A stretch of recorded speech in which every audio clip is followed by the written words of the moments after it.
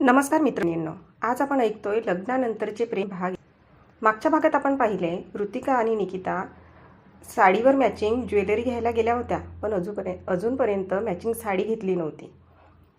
अगं असू दे ग, हे बघ, एकतर तू दिवाळीत काय घालणार हे तू ठरवलं नाहीस, मग कसं करणार ना. आणि ही डिझाईन बघ ना, किती छान आहेत. आणि या सगळ्यात हे छान दिसत आहे म्हणून घेऊयात. आणि निकिता, हे सगळं आता घेऊयात आणि नंतर आपण याच्यावर मॅचिंग ड्रेस किंवा साडी घेऊयात. काय म्हणतेस? ऋतिका हसत बोलली. तर आता बघूया पुढे.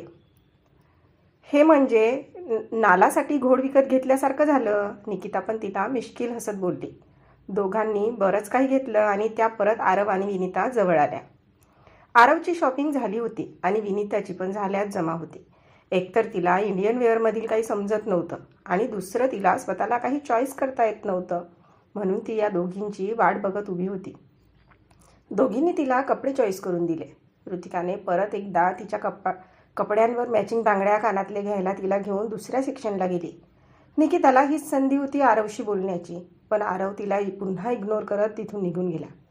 आरव, किती दूर पळणार आहात? शेवटी माझ्याजवळ यायचंच आहे तुम्हाला. करा कितीही इग्नोर, मी पण निकिता आहे, बघते किती दिवस लांब राहता ते. ती मनातच बोलली. ती असं बोलत असली तरी शेवटी चेहऱ्यावर नाराजी तर होतीच, पण चुकी तिची होती तर तिला जरा जास्तच पापड बेलायला लागणारच होते. आरव तिथल्या एका मिररच्या मागून तिचे हावभाव टिपत होता आणि सगळं एन्जॉय करत होता. सगळे दमून भागून रात्री उशिरा घरी आले. गप्पा मारत सगळे जेवत होते. शिवलक्ष्मीपूजनच्या दिवशी येणार होता. आरव आपल्या रूममध्ये गेला. निकिता किचन आवरून आपल्या रूममध्ये आली. आरव कुठेच दिसत नव्हता. ती बाल्कनीकडे वळली तसं तिला आरव आणि विनिताच्या हसण्याचा खिदळण्याचा आवाज आला. ती तिच्या रूमच्या बाल्कनीमध्ये होती आणि आरव आपल्या रूमच्या. निकिता दारात तबकली. आरव, मुद्दाम करताय ना हे सगळं? ठीक आहे, करा. तुम्हाला जेव्हा माझ्यासाठी वेळ भेटेल ना तेव्हा आपण बोलू. सगळं मुद्दाम चाललं आहे, पण मीही पक्की आहे. थोडं थोडं कळतंय बरं तुम्ही काय करताय ते. ती तशीच बाल्कनीमध्ये गेली आणि विनिताबरोबर गप्पा मारू लागली. आरव तिथून चालला होता की तिने त्याचा हात धरून त्याला थांबवून ठेवलं. त्याने एकदा तिच्याकडे आणि एकदा तिने धरलेल्या हाताकडे आश्चर्याने पाहिले. थांबा, विनिताला बोर होईल. ते काय आहे ना, मला उद्या सकाळी लवकर उठायचं आहे, तर मी जाते झोपायला. तिला अजून झोप आली नसेल ना, तर तुम्ही दोघं छान गप्पा मारत बसा. Good night. निकिता आरवकडे डोळे मिचकावत बघत बोलली. तसा आरवला पुन्हा शॉक लागला. ही तीच आहे का आपली लाजरी आणि चिडकी बायको, जिचा रश्मीवरून काही समजून न घेता जळफळाट व्हायचा? आणि आज चक्क विनिताबरोबर रात्री, आणि तेही आमच्या लग्नानंतर असणाऱ्या या दोन्ही बाल्कनीमधल्या गोड आठवणी असताना. मॅडम विश्वास ठेवायला शिकत आहेत तर. आरव तिच्या जाणाऱ्या पाठमोऱ्या आकृतीकडे बघत मनातच बोलला. निकिता बेडवर येऊन पडली. ही विनिता कोण आहे माहीत नाही, पण तिने आरवच्या प्रेमात पडण्याआधी तिला कळलं पाहिजे की आरव फक्त माझे आहेत. निकिताच्या मनात असा विचार आला तसं ती पटकन बेडवर उठून बसली. निकिता, तू खूप चुकीचा विचार करते. तू असं बोलून आरवला कॅरेक्टरलेस समजत आहे. तिचं एक म्हणून तिला बोललं. नाही, तसं नाही. आरव नाही, पण ती तर पडूच शकते ना. आरव आहेतच तसे, कोणीही पडेल प्रेमात. किती केअर असते त्यांना त्यांच्या वागण्यात, आणि समजून घेण्यात तर एकदम परफेक्ट. आणि आता तर पहिल्यापेक्षा जास्त हॉट आणि चार्मिंग दिसत आहेत. फक्त बघत राहायचं मन करतं. पण हल्ली भाव पण खूप खायला लागले. कदाचित रिवेंज घेत आहेत. असू देत, आहेत की हातात अजून थोडे दिवस. बोलावं तर लागेल. तिचं दुसरं मन तिला बोलत होतं. मनातले सगळे विचार झटकून ती झोपण्याआधी कुशीवर वळली. आरव आत आला. त्याने बेडवरील उशी घेतली आणि तो सोफ्यावर झोपण्यासाठी निघाला. आरव, तुम्हाला सोफ्यावर झोप लागत नाही. बेड बराच मोठा आहे, तुम्ही झोपू शकता बेडवर, तुमचाच आहे. ती डोळे मिटूनच बोलली. आरवला तर आज धक्क्यांवर धक्के बसत होते. तो गोड हसत तिच्या शेजारी जाऊन झोपला. तिचे डोळे मिटलेले रूप स्वतःच्या डोळ्यात साठवत त्याला कधी झोप लागली हे त्याला कळलंच नाही. सकाळी त्याला जाग आली तर निकिता त्याच्या शेजारी नव्हती, पण त्याला हे माहीत होतं की ती आत्ता कुठे असणार आहे. त्यामुळे त्याने जॉगिंग करायला आणि व्यायाम करायला गार्डनमध्ये जायचं ठरवलं. बाहेर छान थंडी होती. तो बाहेर आला. निकिता तल्लीन होऊन अंगणात रांगोळी काढत होती. यावेळी तिनं ठरवलं होतं की घर आपणच सजवायचं. त्यामुळे ऋतिका आणि ती दोघी मिळून खूप खूप शॉपिंग करून आल्या होत्या. आज आरवला व्यायाम करायचा मूड अजिबात नव्हता, आणि असणार कसा. निकिता इतकी सुंदर दिसत होती की त्याची तिच्यावरून नजर हटत नव्हती. सगळीकडे धुक्यामुळे थोडा अंधार पडला होता. त्यात तिने लाईटच्या माळा न लावता सगळीकडे तेलाच्या पंत्या लावल्या होत्या. त्याच्या प्रकाशामुळे तिच्या चेहऱ्यावर विलक्षण तेच दिसत होतं. मोकळे सोडलेले ओले केस, काजळ घातलेले तिचे बोलके डोळे, चेहऱ्यावर असणारी शांतता, तिचं तल्लीन होऊन रांगोळी काढणं, मध्येच डोळ्यावर येणाऱ्या केसांची बट तिला मागे सारताना, रंग भरताना हाताला लागलेले रंग पुसटसे चेहऱ्यावर लागलेले होते. तो एक सलग पोर्चमधील झोपड्यावर बसून तिच्याचकडे बघत होता. निकिताने आपलं आवरलं तसं वरती पाहिले. आरव तिलाच पाहत होता. तिने त्याला स्माईल दिली आणि ती आत आली. आरव पण तिच्या पाठोपाठ आत आला. तो जाऊन डायनिंग टेबलवर बसला. निकिता किचनमध्ये आपलं आवरत होती. दोघांचे बघून न बघितल्यासारखे एकमेकांवर असलेले नजरेचे खेळ बराच वेळ सुरू होते. निकिता किचनमधून ज्यूसचा ग्लास घेऊन आली आणि आरव समोर ठेवून निघून गेली. कितीतरी वेळ आरव चोरून तिच्याकडे पाहत होता. तिच्या अशाच प्रसन्न चेहऱ्याने रोज आपली सकाळ व्हावी असं त्याला वाटायचं आणि लग्नानंतर इतक्या महिन्यांनी त्याला ती अनुभवता येत होती. तो तिच्यात हरवला होता आणि ती तिच्या तशा हरवण्याने सुखावली होती. पण व्यक्त व्हायची ही वेळ नव्हती. एव्हाना नाश्त्याची वेळ झाली होती आणि एक एक करून सगळे टेबलवर येत होते. काय आरव, तिकडे जाऊन घरचे नियम विसरला का? जयवंत त्याच्याकडे पाहत बोलले. नाही, म्हणजे ते असाच. ते मी आज गार्डनमध्ये केली ना एक्झरसाईज, तर इथेच बसलो. हे काय ज्यूस घेऊन चाललोय आहे फ्रेश व्हायला. आरव तिथून काढता पाय घेत बोलला.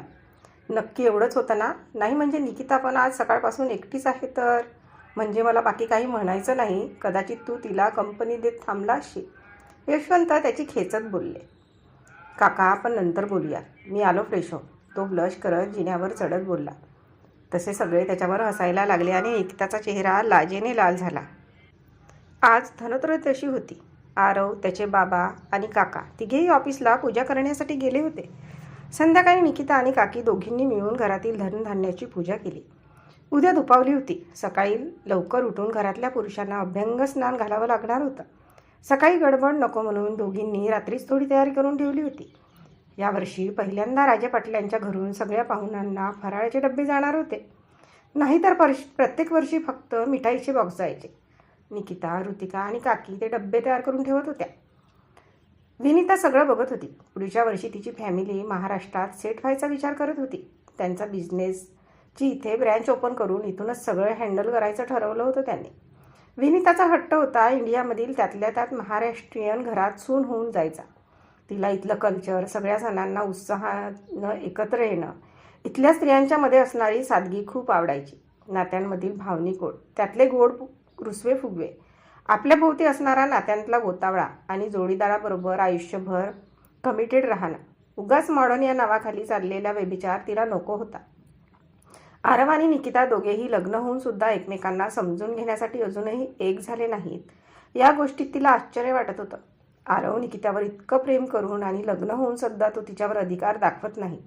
तिच्या होकाराची वाट बघत थांबला आहे आणि इतक्या दूर असून सुद्धा अजूनही तो तिच्याशी एकनिष्ठ राहिला आहे.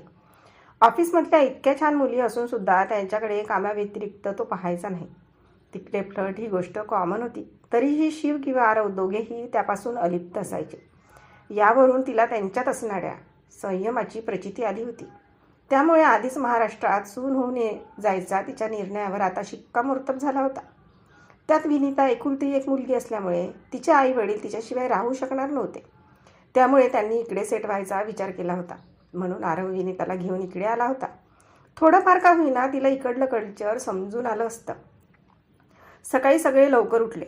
पाठीमागील चौकात रांगोळी काढून पाट मांडले. निकिता, काकी, ऋतिका आणि विनितासुद्धा छान तयार झाल्या होत्या.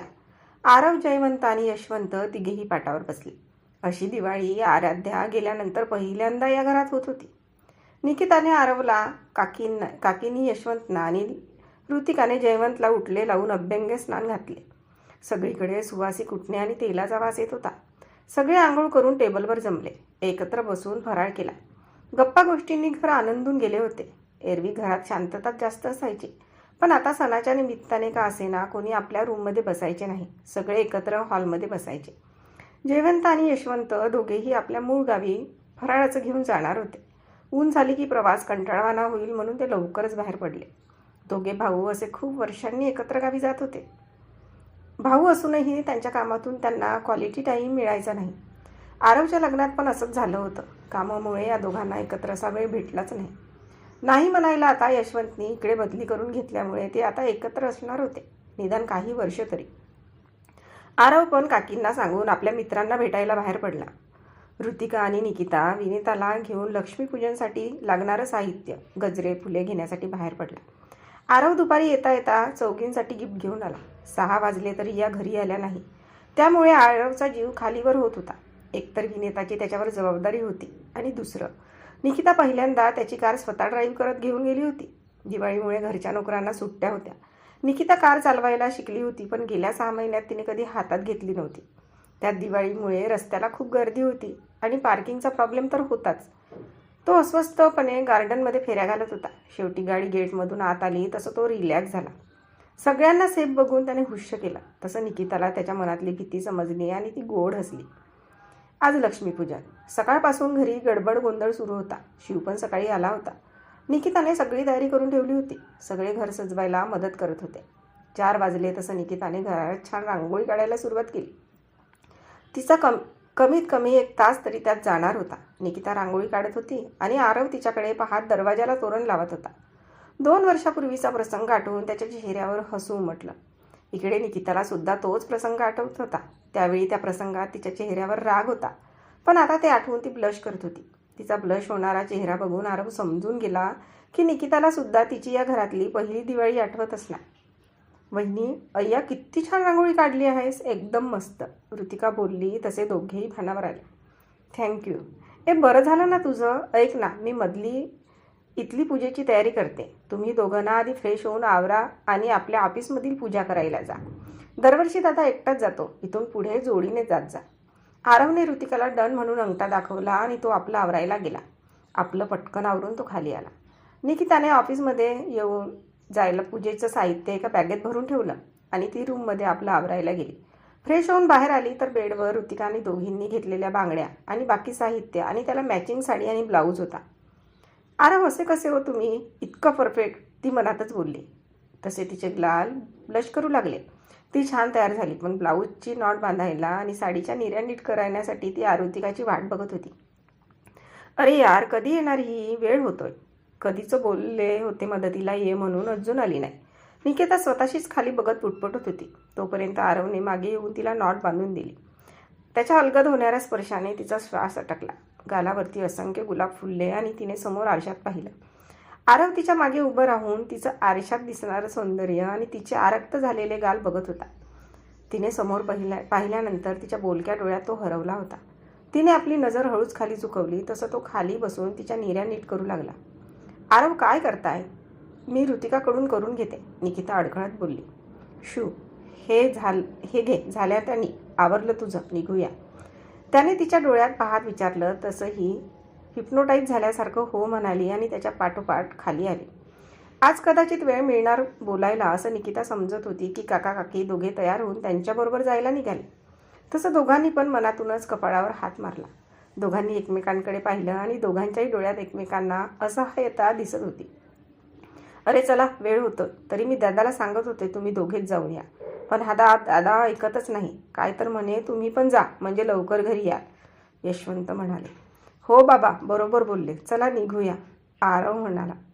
ऑफिस घर दोन्हीची लक्ष्मीपूजन आवरलं. फटाके फुटले. रात्रीची जेवणं झाली.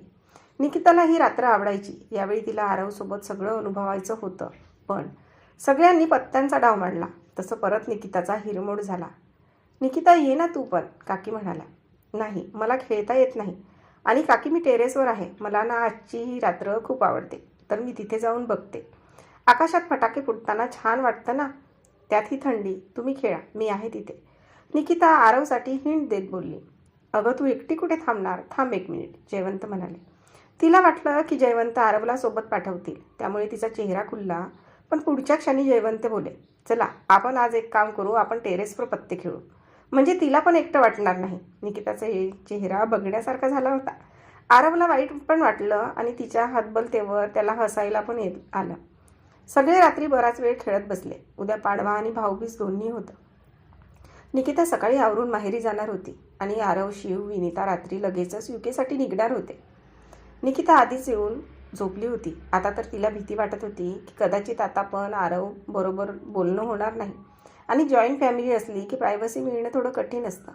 इतर गोष्टी असतील तर वेगळी असती, पण त्यांच्यातले गैरसमज मिटवायला वेळेची गरज होती. दोष कुणाचाच नव्हता, पण आरव अशा वेळी आला होता की खूप लोक घरात आणि त्यात पण कामात, मोकळा वेळ कोणाकडेच नव्हता.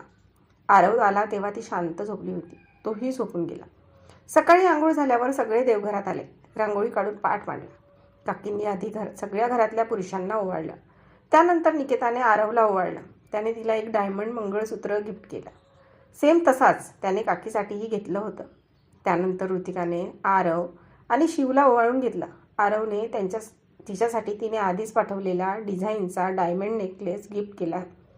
शिवने तिला एक इन्व्हॉल्व दिला आणि तुझ्या पसंतीने काहीही घे बोलला. त्यानंतर विनीताने आरवला ओवाळलं तेव्हा मात्र निकिता थोडं इन्सिक्युअर झाली. आरव, मी ना आजपासून तुम्हाला दादा म्हणेन. ऋतिका, तुला दादा म्हणते ना, चालेल तुला? विनीता म्हणाली.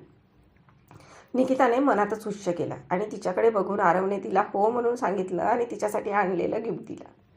घरातलं सगळं आवरलं तसं निकिता माहेरी निघाली. आरव तिला सोडायला जाणार होता. सोबत संभाजीकडे जाण्यासाठी ऋतिका आणि विनीता होत्याच बरोबर.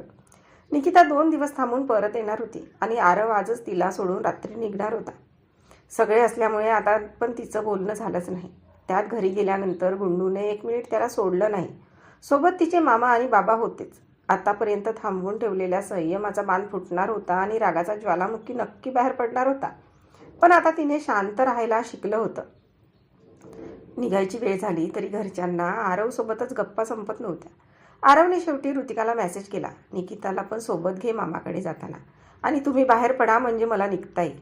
आरवने सांगितल्याप्रमाणे तिने निकिताला सोबत घेतला आणि ते सगळे मामाच्या घरी गेले.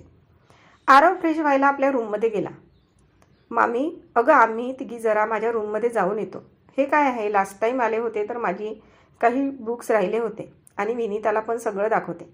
थोडा वेळ वहिनी आमच्यासोबत असू देत, ती आपल्या मामीला डोळा मारत बोलली. तसं मामी काय ते समजून हसून हो बोलल्या. निकिता, दादाची वाट पाहते तुझी, जा तू, निकिता आरवच्या रूमजवळ आल्यावर बोलली. तिने ऋतिकाला नजरेने थँक्यू बोललं आणि ती आत गेली. हृदयाची धडधड इतकी वाढली होती की ते आता बाहेर येते की काय असं वाटत होतं. आरव ती बोलायची वाट बघत होता, पण ती खाली मान घालून शांत उभी होती.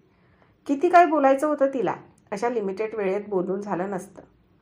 नाही होणार बोलून, काय बोलू, शब्द ओठात अडकत आहेत. निकिता बोलण्याची तयारी करत विचार करत होती. निकिता, तुला बोलायचं आहे ना माझ्याशी, मग बोल ना.